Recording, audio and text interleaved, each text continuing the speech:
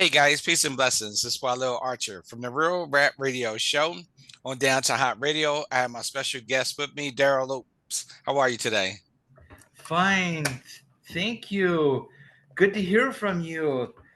Fantastic. And God bless all your people, and guests and people that were reaching. It's a privilege for me to get out here to talk with you and be able to reach so many people, and share hearts together. And this is just fabulous. Thank you. I'm, My I'm glad to pleasure. be. Yes. I'm glad to Thank have you. thank you. Thank you. Good to be here. Yeah. Let's talk about your book. Let everybody know the name of your book. Yeah, it's a real witness to planet Nibiru crossing and real parallel time slip and trusting Joshua. Yeah, I've been through a lot and freelance archaeological work, treasure hunting, successful. But when the gold comes out, everything kind of goes down the tubes. And I'm more into the archaeological, and I just love the past and history. And I love to connect, and God's been working on me now, a Christian for 42 years. I was saved at 25 years old. It absolutely floored my life. I was raising heck, partying my younger days, and now I'm ashamed of it. I don't even like to talk about it, but I feel like I need to share too. So yeah. And anyway, I in the book it's loaded with stuff that's there's three Bigfoot encounters that I've had. I was up working in the Forest Service and down on the coast and stuff. Um, the first one was kind of crazy and involved a gun. I actually shot my shotgun off out the door because it scared me. But young and stupid, and I was scared. I was really scared after that first one. It was only about 5 weeks after the first one scared me when I was way up in the woods, doing. I was logging, working for the Forest Service and stuff, and then I was living up in the mountains, a place called Arnold, California. Beautiful, lots of trees, mountains, snows like heck though in the winter, and uh, yeah, first one scared me out of camp, and I got out of there just with a few two roars. That's in the book, and I left. I was it scared. I did fine when I was cleaning up, picking up, and getting out of there. But on the way back, about a half a mile from there, I was scared to death. It's just fright. Please, God, don't let that creature come out in front of me on this road way back in the woods. I'll die of fright. The roar that it put out was like I've heard the lions roar in San Francisco Zoo, and it was like three of those put together, or Wow. like three or four Brahma bulls. This horrible yell, screech, and scared me. So I knew you can kind of get that feeling sort of when they're around. They're a unique being in itself. The second time around, I was in the trailer and I just came at night, late, dark, and cold, and the dog was going nuts, and I knew it was bad because that dog knew everybody in town. And Arnold, he went free all the time, went down the road, go a mile down the road, hang out at the bar over there, he'd get fed and all this. He knew everybody. And I knew so something was up, so I slid that shotgun out the door and I let one off. I was scared. I don't know what else to say, and I was by myself up in the mountains. The third one was a lot better. They brought me a gift, a freshly killed cottontail.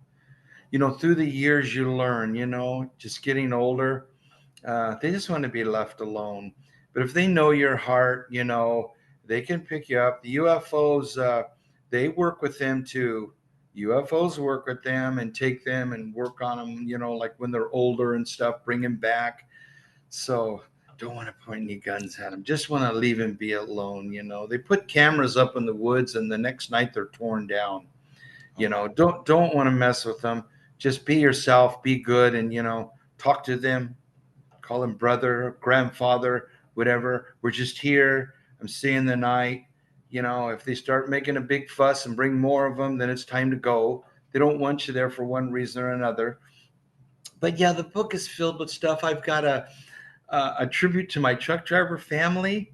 You know, with the driving, 39 and a half years. I've been retired 3 years now. And so I got that in the book, and the UFO encounters. The one in 2000 we were talking about a little earlier, beautiful Starcraft, pulled me over. Oh, and it knew that tiny little helicopter landing area. Then after that, there was for miles, there was no way to pull over. And all us truckers know the quick little pullouts for those little emergencies. You know what I mean? So, you know, it pulled me over. It was a giant, like a comet up over the slow lane, just in Chowchilla, California, just past the scales. The highways even changed since then, but built a whole new highway. This was in 2000. And it pulled me over and it made a U-turn and started coming at me. And I'm like, oh boy, this is getting good. I'm scared, but I'm at peace. I love that excitement that, because I know it's going to happen. Do your best. I pulled over. I got out of the truck and I explained in the book I was furious because I'm a Christian warrior. I love God. And back then, all I can think in my mind is how they kidnap people and the bad ones and take things from women, and experiment. And I was furious. With God on your side, brother, you're like invincible. You're not afraid. What are you going to do? God's my boss. What are you going to do? But I stepped out of the truck. Within 3 or 4 seconds, it shoots a hologram in my mind of the three pyramids of Giza. I was in instant peace, an instant awe, instantly. All fear, all just like, oh, what did you just do to me? What did you just give me? And so we had mind speak. We had mind speak. I was speaking to it, and I was a little still upset, but I was very forward because I'm looking at something like right out of a Battlestar Galactica movie, only 300 feet away, about 200 feet up in the air, and it came to stop me. And I knew they were out there all along, trucking down in the desert, New Mexico, Arizona, even California desert. I always felt like I was being watched. But yeah, that happened. It was so exciting and awesome. Then the next day went by, and they went over to the East Coast, and the triangular shaped crafts. They came over the news twice that day, so I knew I wasn't hallucinating. You can't hallucinate something like that. It just doesn't work that like that. But yeah, they were tormenting the police department, homeowners, truck drivers, scaring them. And I'm thankful that mine was totally opposite. It was like a wake up call. Well, whoa, you've been here for thousands of years. When I was looking at those three pyramids of Giza, if you would have wanted to kill me or all of us, we'd be done a long time ago. And real quickly, the second one was, I think it was a 2013, not too long ago. I got hit with a scalar weapon in the backyard at 2 p.m. position. I was running my little miniature bulldozer, cutting a road for my wife in the back of the ranch. And I knew it was coming from the 2 o'clock position, hit me in the side. I got really ill for about 2 weeks. I had black and clear goo running out of my side. I mean, I thought I was going to die. I did make it home. Then at about 3:30 in the morning, I started to feel better, and my whole room lit up with lights. And I thought, who is this? What are you doing to me? How could you do this? Do you know how sick I am right now? And I'm finally starting to feel better. So I'm peeking through the blinds, just like these blinds right behind me. And I'm peeking through not to give myself away. And here's this craft floating off the ground 4.5 feet. It was awesome. Whoa.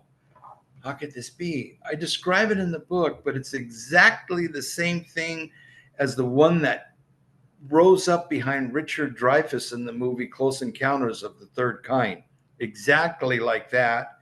There was a few little changes, but the same size, basketball size lights. There were 4 of them, 2x2. This one didn't have any colored lights like the one that came up behind Richard Dreyfuss. It was no colored lights. There just was 4 basketball lights and then a ring of really cool LED lights that wrapped around the 4 lights, like some kind of cool car grill that somebody went off on with the LED lights. And then the whole thing was short, maybe 60 seconds, maybe a minute. And then boom, it hit me with a light that was so bright, but it didn't bother me because it was so fast and so quick that I knew it bent space time and went to another parallel universe. So Nibiru was so awesome. That whole thing, uh, it ramped up a parallel time slip in my house right here. This clock up here on the wall, the oven clock switched. It happened to Whitley Strieber too, famous guy with the books. He called, talked to the Art Bell show. It was George Norrie at that time, and said, George, what the heck was going on? I had dinner over. I had guests over and they were starting to leave, and our clocks changed and then switched back again. What's going on? George didn't say anything. He was kind of shocked. My jaw dropped because the same thing happened to me, but a little bit more. A woman actually walked through the house and saw her at the corner of my eye. It scared the bejesus out of me in a sense, but like everything else, I'll keep my calm until I understand. As long as they're not attacking me, I'm okay. If it's not evil looking, any demonic thing, you know. So it scared me. I ended up going in the closets, looking at my bedroom. That really started to raise the hair on the back of my neck.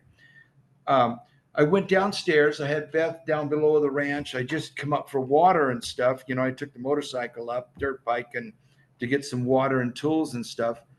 And then I was at the bottom of the stairs, and something told me to turn around and say, "Are you there?" I had to. I had to do something. And she said, "Yes, I am." And in the book, in the audiobook, he kind of makes it sound like she was angelic, like, "Yes, I am." No, it wasn't like an angelic voice return. It was more like, "Yeah, I'm back here doing the laundry. You want dinner tonight? Let me get back to work." That kind of an attitude. I'm going, okay, this has been enough again for one day. I'm going back down, and go back to her and bring the tools and water and stuff. But there has been I have been involved in treasure hunting, successful. I helped the Dillman family back in 2001 to locate Montezuma's treasure. I can't go into all of that in Utah.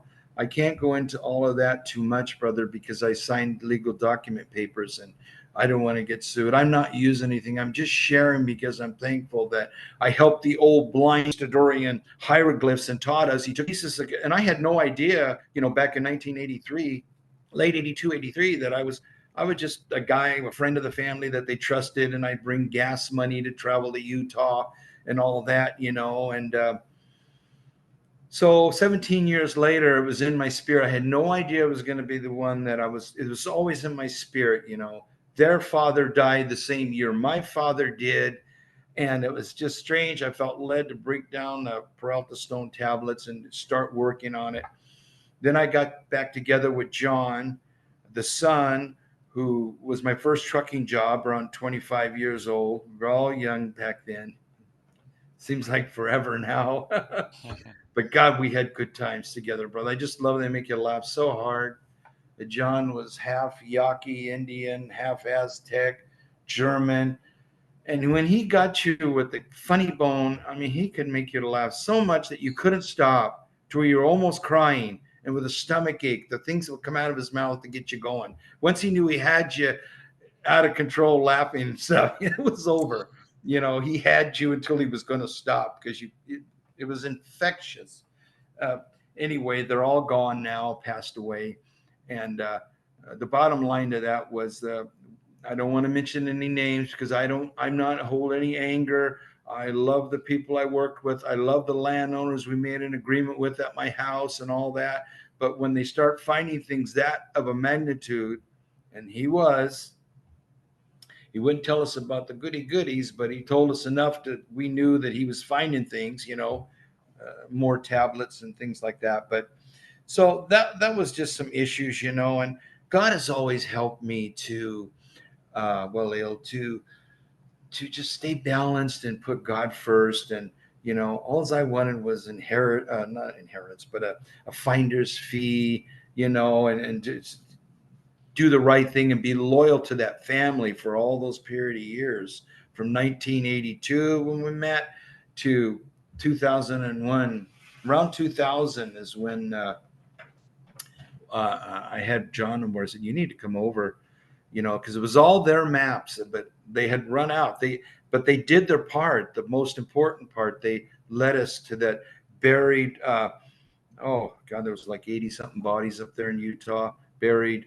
Uh, there were things too, and I don't know how much to say, but yeah, there were things that they had, So that was kind of a learning. The old blind man helped me to get where I am, and then realize later on in Hopi Prophecy, a series of events. If you go, the people go to YouTube and just type in Art Bell, Hopi elders, Robert Ghostwolf. When Robert Ghostwolf brought the Hopi elders on Art Bell Coast to Coast, that's what's explaining about the purifier, their brother, the other brother they call the white brother, uh, the one who made it to the east and touched his head to the earth, returned back to his people. That's a whole story I won't go into today. Very personal, a training thing in my life.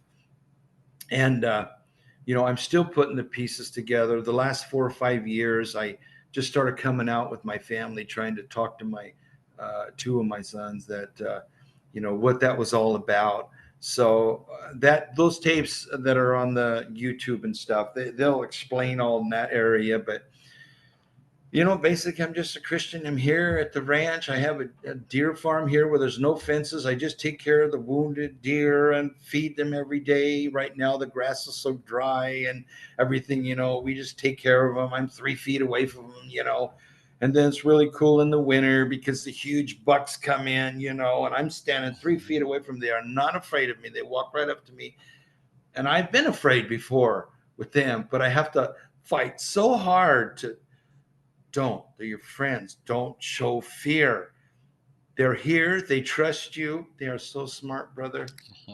They are so smart, so much smarter than the dog. Dogs are beautiful.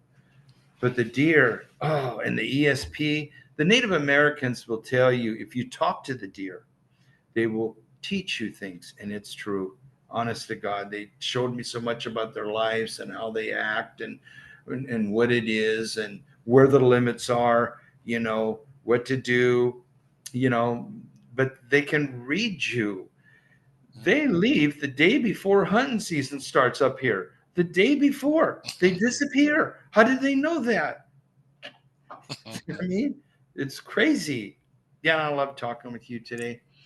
So Uh, tell us, how long did it take you to write your book? Oh, brother, what I did, it was 3 months straight, nonstop for 7 days. And when God led me to get down there in the man cave and start writing was back in 2022, November-ish, was starting that California hurricane bombshell that hit with all the storm and the rain. And I mean, it was the lightning storms, blew my dirt bike over twice. I was just in love with all of it, and I'm down there riding with these thunder and I'm going, yeah, mom must be riding one of those bolts right now. Ah, man, it's tough. I got it all on, and I got it all down and it got done. So no one's doing anything about it. I need to be talking to scientists. They need to be, I'm not lying. I passed any lie detector test. That Nibiru was up close. That horrible satellite was so close to me.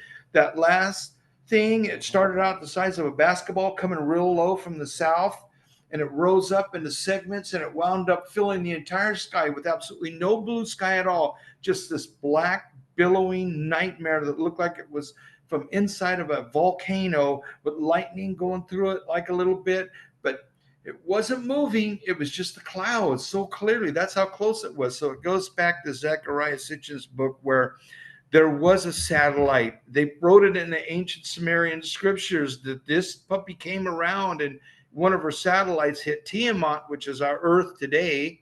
And that's why if you took all the water off the Earth, you would see, and back when Pangea, when all the Earth was on one side before it got separated, that this beautiful, wonderful gift, our spaceship around the sun, was torn to pieces and it was moved. So all the ancient scripts were true, Billy Carson, that you probably heard of, he's been doing a good job too. I know he loves God in his own way, and I respect. I don't judge anybody. I've been a Christian a little bit longer, and I'm not going to trust the Anunnaki because I know from my teachings since 1982, they are half human and half something else. And I don't even want to mention what the other part is. On And such a as and th- podcast. and as we begin to close out, where can they purchase your book at? Well, thank you, brother. It's at Amazon and all of them. All my pictures, because I wanted to make it cheap for everybody. Less than going to McDonald's, even though I wind up there a lot myself. But the pictures are all colored in the Facebook, so they're just black and white in here. But archaeological sites 6 miles away from here, with the summer solstice, ancient boulders. I describe all about the crafts. So I really need to get out, and whatever it goes, it's up to God. It's up to you guys, to just spread it. So it's been a blessing. And if you ever want to get a hold of me, call me or whatever, just please, we could talk. All right, I, and if go ahead. I was just gonna say I had a wonderful brother. And I'm where can they glad. find you on social media?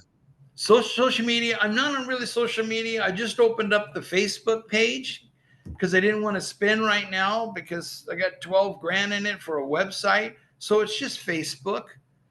Darrell F. Lopes. And your website? Website is I don't really have a website. It's just you just type in my name in Facebook, you know. Okay. Uh, my email address is I can give that out. It's darlop56 at yahoo.com, and I'll help you with that. DARLOP 56 at yahoo.com. That's my email. I'm going to hang in there for a while, brother, and just get it out. I mean, this has been going on since 2011, and I'm back again because I was retired for 3 years, so I could sit down and do stuff like this, plus take care of the ranch and everything else. It has Okay. been such a blessing to meet you. I Okay. love I'd you, like to brother. love you Yeah, love you back. I'd like to thank you for doing the interview. thank you, thank you. It's been good all the way. I've been trying to get these certain ones and stuff, and then I'm getting the ones that I am, and it's like, oh man, this is a whole new ball game. Get a chance to meet people and share, and wow, it's such a beautiful time to be alive. God bless you and all of your listeners. And the one gal I was listening to that from your YouTube that I was listening to, she's right. We need to come together as a family, East Coast to West Coast, all over the world. Stop these wars. No more fighting. Heal this land. Heal each other's wounds. And keep going together. And together, only together, united we stand. We will win this issues that are going on in these days. And I won't go down. Even if we had more time, I wouldn't go down that alley right now. Everybody's aware of what's going on. Yeah. Well, I'd like to thank you, Darrell, for doing the Thank interview you. today. Loved it. So that's my time today on the Real Rap Radio Show. And I'll see you guys next time on the Real Rap Radio Show with Walil Archer on Down to Hot Radio. God bless you, brother. Thank you.